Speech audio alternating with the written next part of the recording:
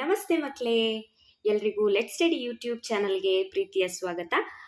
Last ಕ್ಲಾಸಲ್ಲಿ ಮಕ್ಕಳೇ ನಾವು ಡಿಫೈನ್ಡ್ ಕೂಲಮ್ ತನಕ ಮಾಡಿದ್ವಿ ಅಲ್ವಾ. ಈ ಕ್ಲಾಸಲ್ಲಿ ತುಂಬ ಇಂಪಾರ್ಟೆಂಟ್ ಆಗಿರುವಂಥ ಒಂದು concept coulombs law in vector form. ಈ ಕಾನ್ಸೆಪ್ಟು ತುಂಬ ಅಂದರೆ ತುಂಬ ಈಸಿ ಮಕ್ಕಳೇ, ಅರ್ಥ ಮಾಡ್ಕೊಳ್ಳುವಂಥ ದೊಡ್ಡ ವಿಷಯನೇ ಅಲ್ಲ. ಏನು ಅಂತ ಹೇಳಿದ್ರೆ, ಒಂದು ಕೋಆರ್ಡಿನೇಟ್ ಸಿಸ್ಟಮನ್ನು, 3 ಡೈಮೆನ್ಷನಲ್ ಕೋಆರ್ಡಿನೇಟ್ ಸಿಸ್ಟಮನ್ನು ಏನು ಮಾಡಬೇಕು, ಕನ್ಸಿಡರ್ ಮಾಡಬೇಕು. ಆಯಿತಾ? ಎಕ್ಸಾಮ್ ನೋಡಿ, ಇಲ್ಲಿ ಒಂದು ಫಿಗರನ್ನು ಬರಿತಾ ಇದ್ದೀನಿ. 3 ಡೈಮೆನ್ಷನಲ್ ಕೋಆರ್ಡಿನೇಟ್ ಸಿಸ್ಟಮನ್ನು ಕನ್ಸಿಡರ್ ಮಾಡಬೇಕು. ಆಯಿತಾ? ಇಲ್ಲಿ ಓ ಅಂತ ಕೊಡಿ. ಆಯಿತಾ?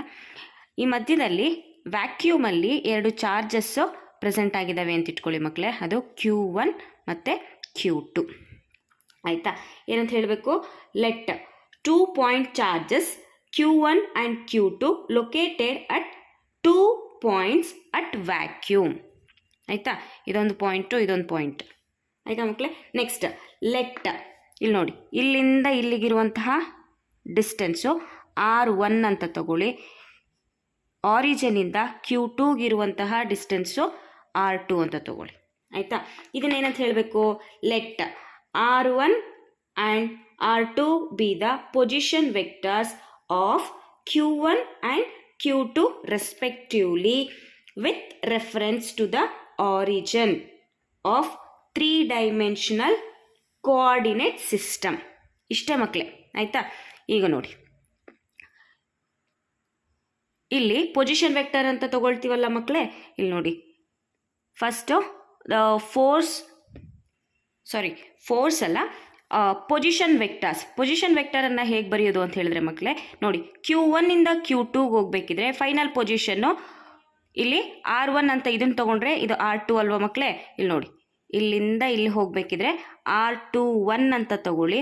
ಈ ಸೈಡಿಂದ Q2 ಇಂದ Q1 ಬರಬೇಕಿದ್ರೆ R12 ಅಂತ ತಗೊಳ್ಳಿ. ಇಲ್ಲಿ final position minus initial position, ಇಲ್ಲಿ final position minus initial position. ಅರ್ಥ ಆಗ್ತಾ ಇದೆಯಾ? ಇಲ್ಲಿ ನೋಡಿ, ಇದು ಅರ್ಥ ಆಗಿಲ್ಲ ಅಂತ ಹೇಳಿದ್ರೆ ಇದು R1 ಅಂತ ಇಟ್ಕೊಳ್ಳಿ, ಇಲ್ಲಿ R2 ಅಂತ ಇಟ್ಕೊಳ್ಳಿ. ಕರೆಕ್ಟಾ?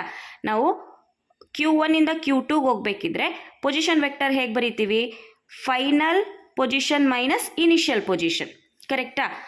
R2 ಮೈನಸ್ R1 ಅನ್ನು ನಾವು R21 ಅಂತ ಬರೆದಿದ್ದೀವಿ ಮಕ್ಕಳೇ. ಹಾಗಿದ್ರೆ ಪೊಸಿಷನ್ ವೆಕ್ಟರ್ Q2 ಇಂದ Q1 ಬರ್ತಿದೆ ಅಂದರೆ R2 ಇಂದ R1ಗೆ ಬರ್ತಿದೆ ಅಂತ ಹೇಳಿದ್ರೆ ಯಾವ ರೀತಿ ಬರಿತೀವಿ, R12 is equals to R1 minus R2. R1 ಅಂದರೆ ಫೈನಲ್ ಪೊಸಿಷನ್ನು, R2 ಅಂತ ಹೇಳಿದ್ರೆ ಇನಿಷಿಯಲ್ ಪೊಸಿಷನ್. ಹಾಗಾಗಿ ಈ ರೀತಿ ನಾವು ಬರ್ಕೊಂಡಿದ್ದೀವಿ. ಆಯಿತಾ? ನೋಡಿ, ತುಂಬ ಈಸಿ ಮಕ್ಕಳೇ. 3 ಕೋಆರ್ಡಿನೇಟ್ ಸಿಸ್ಟಮನ್ನು ತೊಗೊಂಡಿದ್ದೀವಿ. ವ್ಯಾಕ್ಯೂಮಲ್ಲಿ 2 ಚಾರ್ಜಸನ್ನು ತೊಗೊಂಡಿದ್ದೀವಿ. ಆ ವ್ಯಾಕ್ಯೂಮಲ್ಲಿ ಆರಿಜಿನಿಂದ ಎಷ್ಟು ಡಿಸ್ಟೆನ್ಸ್ ಇದೆ ಅಂತ ತೊಗೊಂಡಿದ್ದೀವಿ. ಅದನ್ನು R1 vector and R2 vector ಅಂತ ಕನ್ಸಿಡರ್ ಮಾಡಿದ್ದೀವಿ, ಪೊಸಿಷನ್ ವೆಕ್ಟರ್ಸ್ ಅಂತ ತೊಗೊಂಡಿದ್ದೀವಿ. ಆಯಿತಾ? ನೋಡಿ, ಇಲ್ಲಿ ಸ್ಟಾರ್ಟ್ ಮಾಡೋಣ. ಕನ್ಸಿಡರ್ 2 ಪಾಯಿಂಟ್ ಚಾರ್ಜಸ್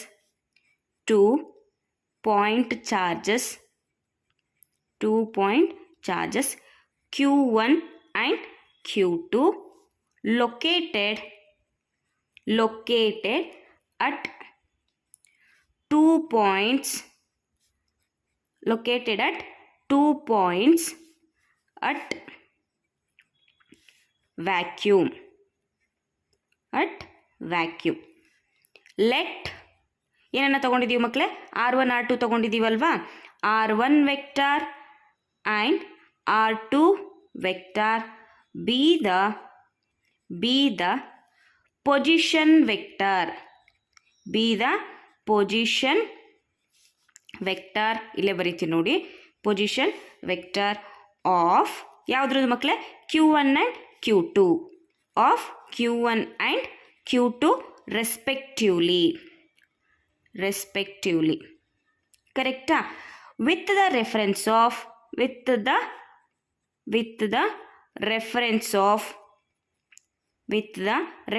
ಯಾವ್ದು ರೆಫರೆನ್ಸು ಮಕ್ಕಳೇ, ಟು ದ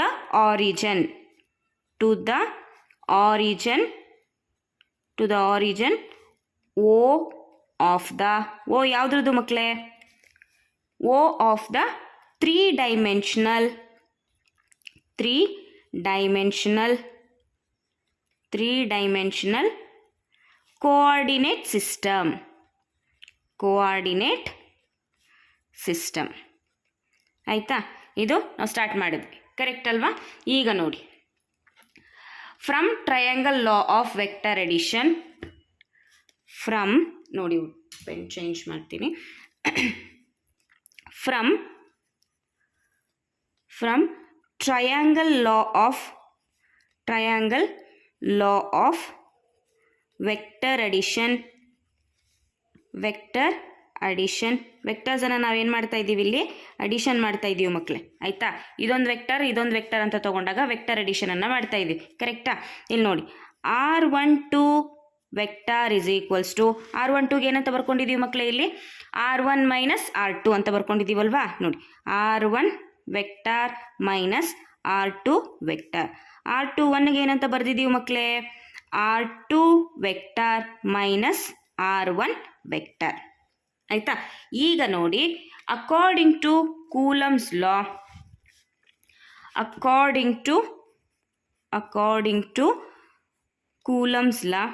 ಲಾನ ಏನು ಮಾಡಬೇಕು, ಅಪ್ಲೈ ಮಾಡಬೇಕಿಲ್ಲಿ, ಆಯಿತಾ. ಅಕಾರ್ಡಿಂಗ್ ಟು ಕೂಲಮ್ಸ್ ಲಾ ನೋಡಿ, ಎರಡು ಕಂಡೀಷನ್ ಮಕ್ಕಳೇ.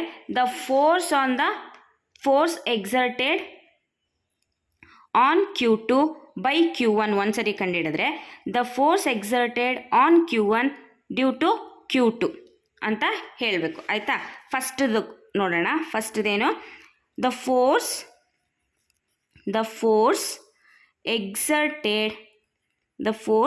ಎಕ್ಸರ್ಟೆಡ್ ಆನ್ Q2 ಬೈ ಯಾವುದರಿಂದ, Q1ನಿಂದ, ಆಯಿತಾ.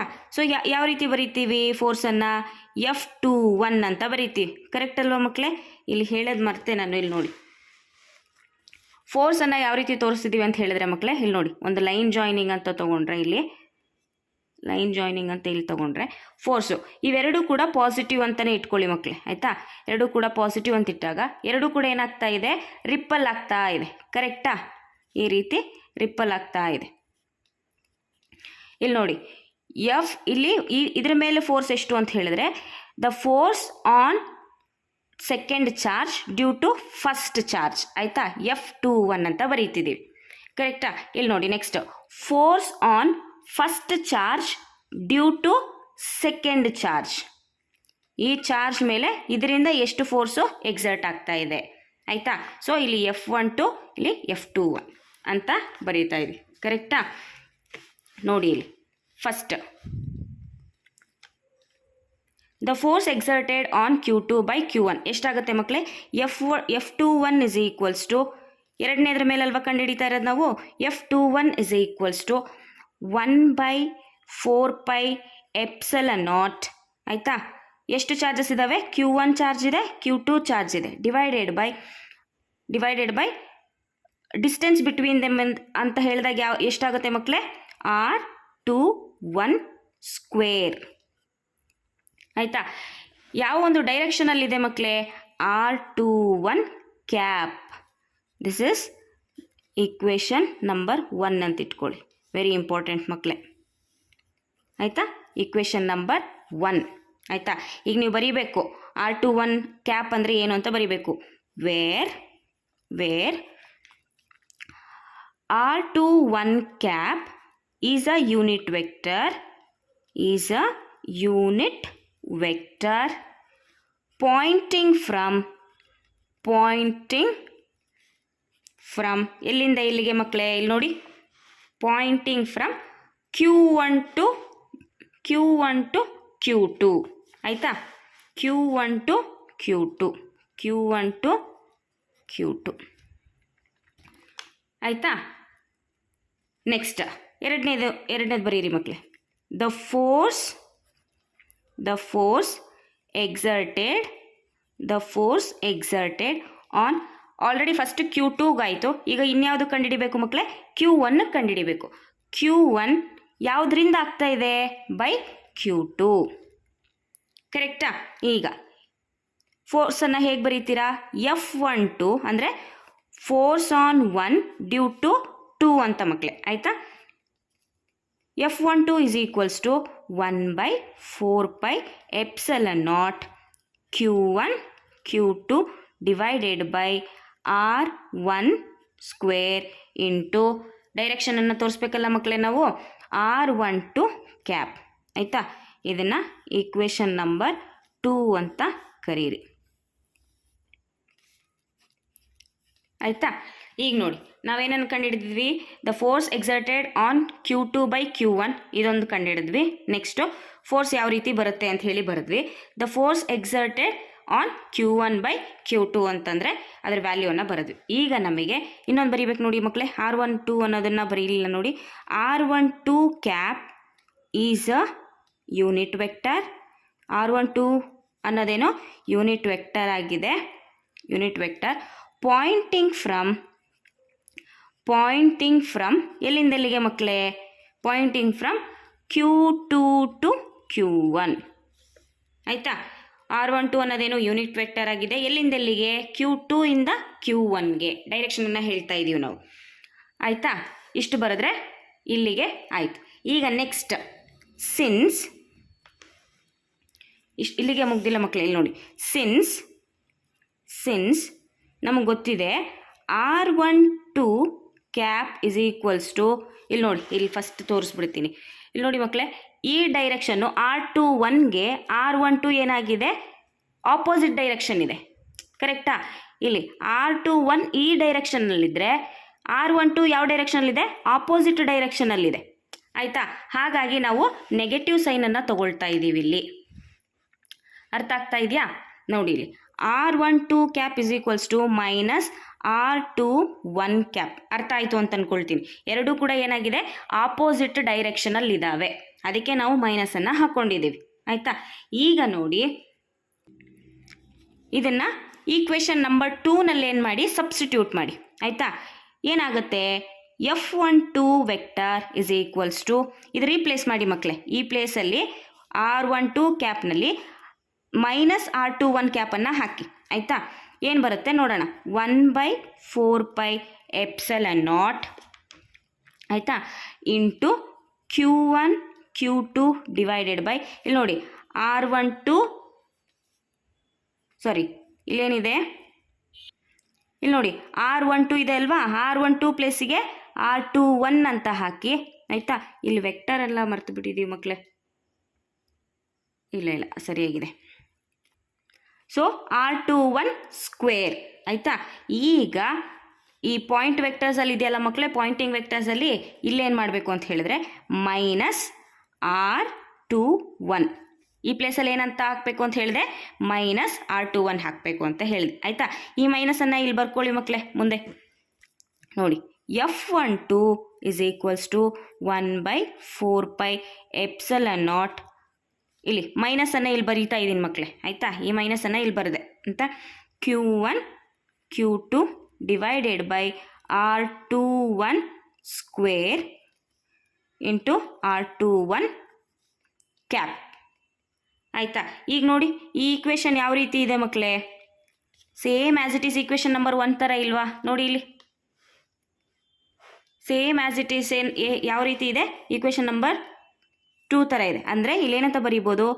F12 vector is equals to minus ಹಾಗೆ ಬರೆದು F21 ವೆಕ್ಟರ್ ಅಂತ ಬರೀಬಹುದು. ಅರ್ಥ ಆಯ್ತಾ? ಇದೆ Coulomb's vector, Coulomb's law in vector form ಅಂತ ಕರಿತೀವಿ. ಅಂದರೆ ಫೋರ್ಸಸ್ ಏನಾಗಿದ್ದಾವೆ? ಈಕ್ವಲ್ ಆಗಿದ್ದಾವೆ, ಬಟ್ ಆದರೆ ಆಪೋಸಿಟ್ ಡೈರೆಕ್ಷನಲ್ಲಿ ಆ್ಯಕ್ಟ್ ಮಾಡ್ತಾ ಇದ್ದಾವೆ.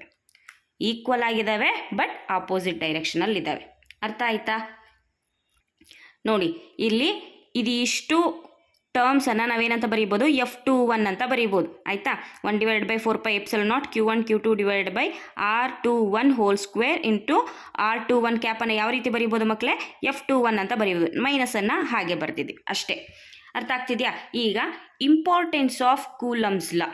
ಅದಕ್ಕಿಂತ ಮುಂಚೆ ಮಕ್ಕಳೇ ಇನ್ನೊಂದು, ಈ ಒಂದು ಸ್ಟೇಟ್ಮೆಂಟನ್ನು ಹೇಗೆ ಹೇಳ್ಬೋದು ಅಂತ ಹೇಳಿದ್ರೆ, ಲಾಸ್ಟ್ ಕನ್ಕ್ಲೂಷನ್ ಹೇಳಬೇಕಲ್ವಾ? ಈ ಕನ್ಕ್ಲೂಷನನ್ನು ಯಾವ ರೀತಿ ಹೇಳ್ಬೋದು ಅಂತ ಹೇಳಿದ್ರೆ ನೋಡಿ, ಇಲ್ಲಿ The force exerted by two charges on each other are equal and opposite. Hence, Coulomb's law agrees with Newton's third law of motion ಅಂತ ಕನ್ಕ್ಲೂಷನ್ ಬರೀಬೇಕು ಮಕ್ಕಳೇ ನಾವು. ಆಯಿತಾ? The force exerted by ಎಷ್ಟು ಚಾರ್ಜಸ್ ಮಕ್ಕಳೇ? two charges on each other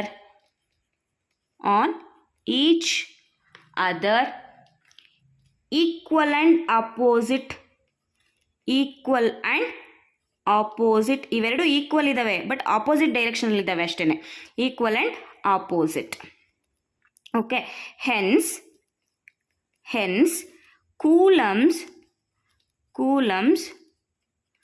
coulombs law ಯಾವುದರಲ್ಲಿ agree ಮಾಡುತ್ತೆ ಅಂತ ಹೇಳಿದ್ರೆ, Coulomb's law agrees with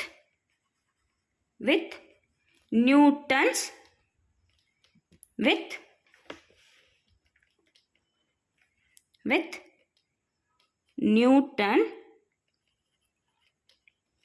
Newton's third law of motion. ಏನು ಹೇಳುತ್ತೆ ಮಕ್ಕಳೇ ಅಲ್ಲಿ? For every action equal and opposite reaction ಅಂತ ನಾವು ಓದಿದ್ವಿ ಅಲ್ವಾ ನ್ಯೂಟನ್ಸ್ ಥರ್ಡ್ ಲಾ ಆಫ್ ಮೋಷನಲ್ಲಿ ಫಸ್ಟ್ ಇಯರಲ್ಲಿ. ಅದೇ ರೀತಿ ಇಲ್ಲಿ ಎರಡೂ ಫೋರ್ಸಸ್ಸು ಯಾವ ರೀತಿ ಆ್ಯಕ್ಟ್ ಮಾಡ್ತಾ ಇದ್ದೇವೆ ಅಂತ ಹೇಳಿದ್ರೆ, ಈಕ್ವಲ್ ಆಗಿದ್ದಾವೆ ಆದರೆ ಆಪೋಸಿಟ್ ಡೈರೆಕ್ಷನಲ್ಲಿದ್ದಾವೆ. ಆಯಿತಾ? The force exerted by two charges on each other equal and opposite. Hence Coulomb's law agrees with the Newton's third law of motion. ಇದಿಷ್ಟು ಕೂಲಮ್ಸ್ ಲಾ ಇನ್ ವೆಕ್ಟಾರ್ ಫಾರ್ಮ್ ಅಂತ ಹೇಳ್ತೀವಿ ಮಕ್ಕಳೇ. ನೆಕ್ಸ್ಟ್ ಬಂದು ಇಂಪಾರ್ಟೆನ್ಸ್ ಆಫ್ ಕೂಲಮ್ಸ್ ಲಾ. ಏನೇನೆಲ್ಲ important ಇದೆ ಇದರಲ್ಲಿ? Importance of Coulomb's ಲಾ ನಾವು already ಇವಾಗ ತಾನೇ ಡಿಸ್ಕಸ್ ಮಾಡಿದ್ವಿ ಮಕ್ಕಳೇ. ಫಸ್ಟ್ ಪಾಯಿಂಟು ಏನು? Coulomb force exerted by two charges on each other are equal and opposite ಅಂತ ಬರೀಬೇಕು. ಕರೆಕ್ಟ್ ಅಲ್ವಾ? ಅದನ್ನು ಬರೀರಿ. Coulomb force exerted by 2 point charges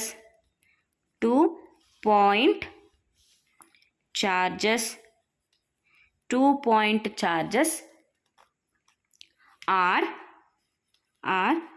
equal and opposite. ಅವೆರಡು ಕೂಡ ಏನಾಗಿದ್ದಾವೆ? ಈಕ್ವಲ್ ಆ್ಯಂಡ್ ಆಪೋಸಿಟ್ ಆಗಿದ್ದಾವೆ. ಹೆನ್ಸ್ ಏನಂತ ಕನ್ಕ್ಲೂಷನ್ ಮಾಡಿದ್ವಿ ಮಕ್ಕಳೇ ಈಗ ತಾನೇ? Hence coulombs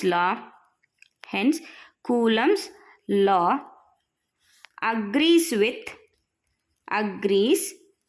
with Newton's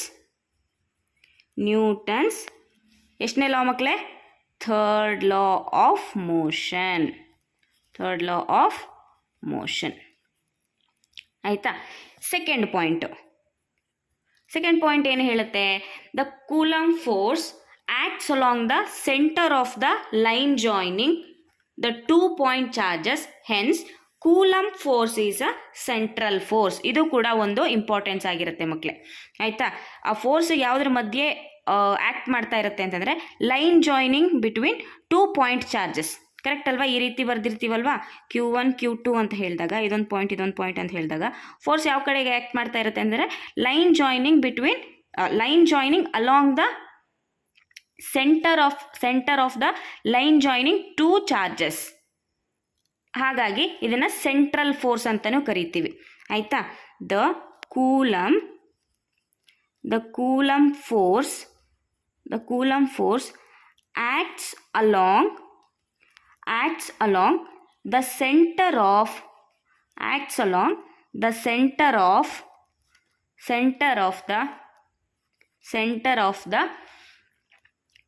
of the line joining 2 point charges. Line joining 2 point charges. 2 point charges. Hence, ಹಾಗಾಗಿ ಅದನ್ನು ಏನಂತ ಕರಿತಾ ಇದ್ದೀವಿ? ಹೆನ್ಸ್ ಕೂಲಮ್ ಫೋರ್ಸನ್ನು ಏನಂತ ಕರಿತಾ ಇದ್ದೀವಿ ಮಕ್ಕಳೇ? Coulomb force is a central force ಅಂತ ಕರಿತಾ ಇದ್ವಿ. ಇವೆರಡೂ ಕೂಡ ತುಂಬ ಇಂಪಾರ್ಟೆಂಟ್ ಮಕ್ಕಳೇ, ಅದರಲ್ಲೂ ಇದು ತುಂಬ ಇಂಪಾರ್ಟೆಂಟ್ ಆಯಿತಾ. ಇದು 1 ಮಾರ್ಕಿಗೆ ಕೇಳಬಹುದು ಆಯಿತಾ. ಸೊ ಇವೆರಡೂ ಕೂಡ importance of Coulomb's law. Next topic ಬಂದು limitations of Coulomb's law. Importance ಆಯಿತು. ಇವಾಗ ಲಿಮಿಟೇಷನ್ಸ್ ಏನೇನೆಲ್ಲ ಇದ್ದಾವೆ ನೋಡೋಣ. Limitations of Coulomb's law. ಇದು ಇಂಪಾರ್ಟೆಂಟ್ ಮಕ್ಕಳೇ, 2 ಮಾರ್ಕ್ಸಿಗೆ. ಇಂಪಾರ್ಟೆನ್ಸು 2 ಮಾರ್ಕ್ಸಿಗೆ ಕೇಳ್ಬೋದು, ಲಿಮಿಟೇಷನ್ಸ್ ಕೂಡ 2 ಮಾರ್ಕ್ಸಿಗೆ ಕೇಳ್ಬೋದು ಆಯಿತಾ. ಫಸ್ಟ್ ಲಿಮಿಟೇಷನ್ ಏನು? ಈ ಕೂಲಮ್ಸ್ ಲಾ ಬಂದು ಮಕ್ಕಳೇ only applicable for the point charges ಇದ್ದರೆ ಮಾತ್ರ ಕೂಲಮ್ಸ್ ಲಾನ ಏನು ಮಾಡಬೇಕು? ಅಪ್ಲೈ ಮಾಡಬೇಕು. ಅದನ್ನು ಬಿಟ್ಟರೆ ಬೇರೆ ಎಲ್ಲೂ ಕೂಡ ಅಪ್ಲೈ ಮಾಡಲಿಕ್ಕೆ ಸಾಧ್ಯ ಇಲ್ಲ ಕೂಲಮ್ಸ್ ಲಾನ ಆಯಿತಾ. ಅದನ್ನು ಬರೆದು ಬಿಡೋಣ ನೋಡಿ. ಕೂಲಮ್ಸ್ ಲಾ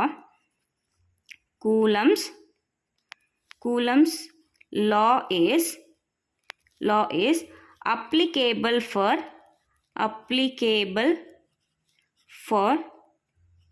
only for ಅಂತ ಬರೀರಿ. only for the point charges ಆಯಿತಾ. ಪಾಯಿಂಟ್ ಚಾರ್ಜಸ್ ಮಧ್ಯೆ ಮಾತ್ರ ಏನನ್ನು ನಾವು ಅಪ್ಲೈ ಮಾಡ್ಬೋದು ಅಂತ ಹೇಳಿದ್ರೆ ಕೂಲಮ್ಸ್ ಲಾನ ಅಪ್ಲೈ ಮಾಡಬಹುದು ಆಯಿತಾ.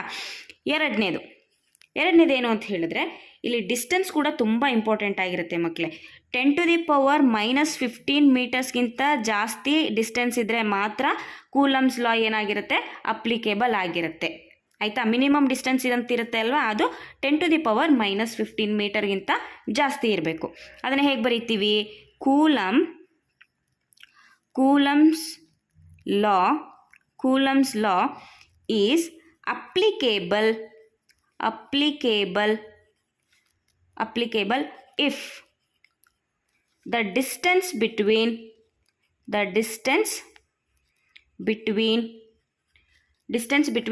2 point charges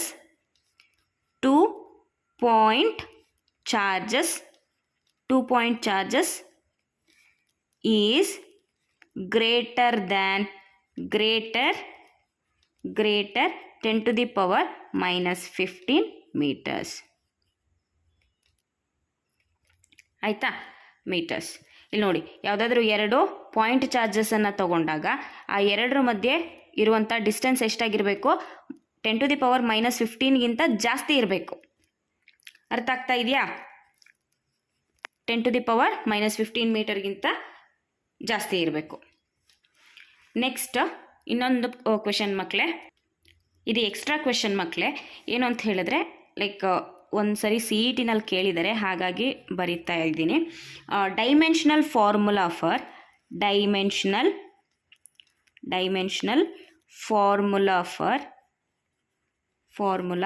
for absolute permittivity. ಇದನ್ನು ತಿಳ್ಕೊಳ್ಳಿ ಆಯಿತಾ. ಗೊತ್ತಿಲ್ಲ ಯಾವಾಗ ಕೇಳ್ತಾರೆ, ಮೇ ಬಿ MCQನಲ್ಲೂ ಕೂಡ ಕೇಳಬಹುದು ಆಯಿತಾ. ನೋಡಿ, ಆಬ್ಸಲ್ಯೂಟ್ ಪರ್ಮಿಟಿವಿಟಿದು ಡೈಮೆನ್ಷನಲ್ ಫಾರ್ಮುಲಾ. ಆಬ್ಸಲ್ಯೂಟ್ ಪರ್ಮಿಟಿವಿಟಿ ಅಂದರೆ ಏನು ಮಕ್ಕಳೇ? Epsilon not. ಲಾಸ್ಟ್ ಕ್ಲಾಸಲ್ಲಿ ನಾವು ಡಿಸ್ಕಸ್ ಮಾಡಿದ್ವಿ ಅಲ್ವಾ, ಇದ್ರದ್ದು ಡೈಮೆನ್ಷನಲ್ ಫಾರ್ಮುಲಾನ ಕಂಡುಹಿಡಿಯಿರಿ ಅಂತ ಹೇಳಿದ್ದಾರೆ ಆಯಿತಾ. ನಾವು ಕಂಡುಹಿಡಿಬೇಕು ಅಂತ ಹೇಳಿದ್ರೆ ನಮ್ಗೆ ಗೊತ್ತಿರೋದೇ ಒಂದೇ ಒಂದು ಈಕ್ವೇಷನ್ಗೆ F = 1/4π epsilon naught into Q1 Q2 divided by distance square ಅಂದರೆ R². ಕರೆಕ್ಟ್ ಅಲ್ವಾ ಮಕ್ಕಳೇ? ಇಲ್ಲಿ ಎಪ್ಸಲನ್ ನಾಟ್ ಅಂತ ಹೇಳಿದ್ರೆ ಆಬ್ಸಲ್ಯೂಟ್ ಪರ್ಮಿಟಿವಿಟಿ ಅಂತ ಕೊಟ್ಟಿರೋದಕ್ಕೆ ನಾವು ಎಪ್ಸಲನ್ ನಾಟ್ ತಗೊಂಡಿರೋದು ಮಕ್ಕಳೇ. ಅರ್ಥ ಆಗ್ತಿದೆಯಾ? ಈಗ ನೋಡಿ, ನಮಗೆ ಎಪ್ಸಲನ್ ನಾಟ್ ಬೇಕಾಗಿರೋದ್ರಿಂದ ಎಪ್ಸಲನ್ ನಾಟ್ನ ಇಲ್ಲಿ ಬರ್ಕೊಳ್ಳಿ ಆಯಿತಾ. ಎಪ್ಸಲನ್ ನಾಟನ್ನು ಇಲ್ಲಿ ಬರ್ಕೊಂಡ್ರೆ ನೆಕ್ಸ್ಟ್ ಏನಾಗುತ್ತೆ? 1/4π ಎಫನ್ನು ಕೆಳಗಡೆ ಈ ಕಡೆ ಶಿಫ್ಟ್ ಮಾಡ್ಕೊಳ್ತೀವಿ.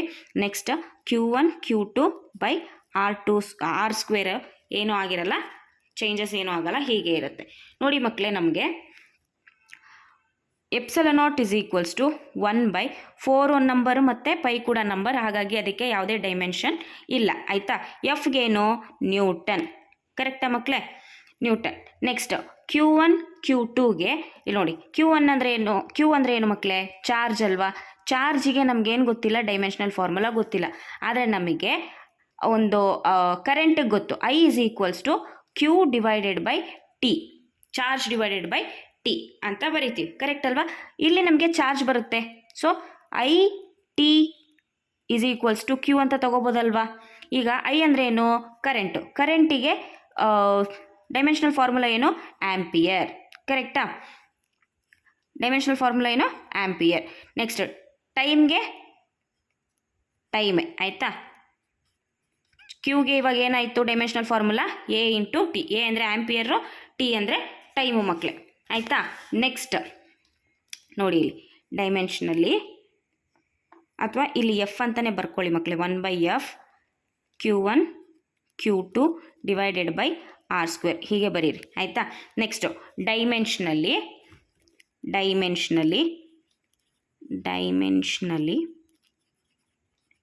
ಯಾವ ರೀತಿ? ಎಪ್ಸಲನ್ ನಾಟಿಗೆ ಸ್ಕ್ವೇರ್ ಬ್ರ್ಯಾಕೆಟ್ ಹಾಕಲೇಬೇಕು. ಆಯಿತಾ? ಡೈಮೆನ್ಷನ್ ಅಂದ್ರೇ ಸ್ಕ್ವೇರ್ ಬ್ರ್ಯಾಕೆಟ್ಸು ಮಕ್ಕಳೇ. ನೋಡಿ ಇಲ್ಲಿ Q1 Q2ಗೆ AT ಅಂತ ಬರಿಬೋದಾ? Q1ಗೆ AT, Q2ಗೂ AT. ಕರೆಕ್ಟಾ? ಎರಡು ಸರಿ ಇದೆ. Q1ಗೂ AT, Q2ಗೂ AT divided by R ಅಂದರೆ ಏನು ಮಕ್ಕಳೇ? ಡಿಸ್ಟೆನ್ಸ್ ಅಲ್ವಾ? ಡಿಸ್ಟೆನ್ಸ್ಗೆ ಹೇಗೆ ಬರೀತೀರಾ? ಡಿಸ್ಟೆನ್ಸಿಗೆ ಹೇಗೆ ಬರೀತೀರಾ? L² ಅಂತ ಬರೀತೀರಾ. ಕರೆಕ್ಟಾ? L² ಅನ್ನೋದಕ್ಕಿಂತ ಮುಂಚೆ ಇಲ್ಲಿ ನೋಡಿ, ಎಫ್ ಇದೆ ಅಲ್ವಾ? ಎಫ್ ಅಂದರೆ ಏನು? Force. Force is equals to M into ಫೋರ್ಸಿಗೇನು dimensional formula? F is equals to ಏನಂತ ಬರೀತೀರಾ ಮಕ್ಕಳೇ? ML T⁻⁻². ಅಂದರೆ mass into acceleration. Mass into acceleration. ಆಯಿತಾ? ಇಲ್ಲಿ ಡೈರೆಕ್ಟಾಗಿ ಬರೀತಿದ್ದೀನಿ ನೋಡಿ, ML T⁻⁻². ಇದು ಯಾವುದಕ್ಕಾಯಿತು? ಫೋರ್ಸಿಗಾಯಿತು. ಈಗ R² ಅಂದರೆ ಏನು ಮಕ್ಕಳೇ? ಲೆಂತ್ ಅಲ್ವಾ? Length square. ಕರೆಕ್ಟಾ? ಈಗ ರಿಅರೇಂಜ್ ಮಾಡಿ ಅಷ್ಟೇ. ಎ ಅನ್ನೋದು ಟೂ ಟೈಮ್ಸ್ ಇದೆ. So A². ಟಿ ಅನ್ನೋದೇನು? ಎರಡು ಸರಿ ಇದೆ. T² ಅಂತ ಬರೆದ್ವಿ. ಈಗ ಇಲ್ಲಿರೋವೆಲ್ಲ ಮೇಲಕ್ಕೆ ಹೋದ್ರೆ ಏನಾಗುತ್ತೆ ಮಕ್ಕಳೇ? ನೋಡಿ ಇಲ್ಲಿ ಇದನ್ನು ಹೀಗೆ ಬರೆದು ಬಿಡ್ತೀನಿ. ಆಯಿತಾ? ನೆಕ್ಸ್ಟ್ M⁻⁻1, L⁻⁻1, T⁻, ಇಲ್ಲಿ -2 ಇದೆ. ಮೇಲಕ್ಕೆ ಬಂದಾಗ ಏನಾಗುತ್ತೆ? +2 ಆಗುತ್ತೆ. ಕರೆಕ್ಟಾ? ಇಲ್ಲಿ L² ಇದೆ. ಮೇಲಕ್ಕೆ ಬಂದಾಗ ಏನಾಗುತ್ತೆ? L⁻⁻2 ಆಗುತ್ತೆ. ಕರೆಕ್ಟಾ? ಇಲ್ಲಿ ಕರೆಕ್ಟ್. ಈಗ ನೋಡಿ, ಎಪ್ಸಲನ್ ನಾಟ್ ಲೆಫ್ಟ್ ಸೈಡ್ ಕೂಡ ಹಾಗೆ ಬರೀರಿ. ಆಯಿತಾ? Next epsilon naught is equals to ನೋಡಿ, ಎಮ್ ಅನ್ನೋದು ಎಲ್ಲೂ ಇಲ್ಲ, ಒಂದೇ ಇರೋದು. M⁻⁻1 ಹಾಗೆ ಬರೀರಿ. ಆಯಿತಾ?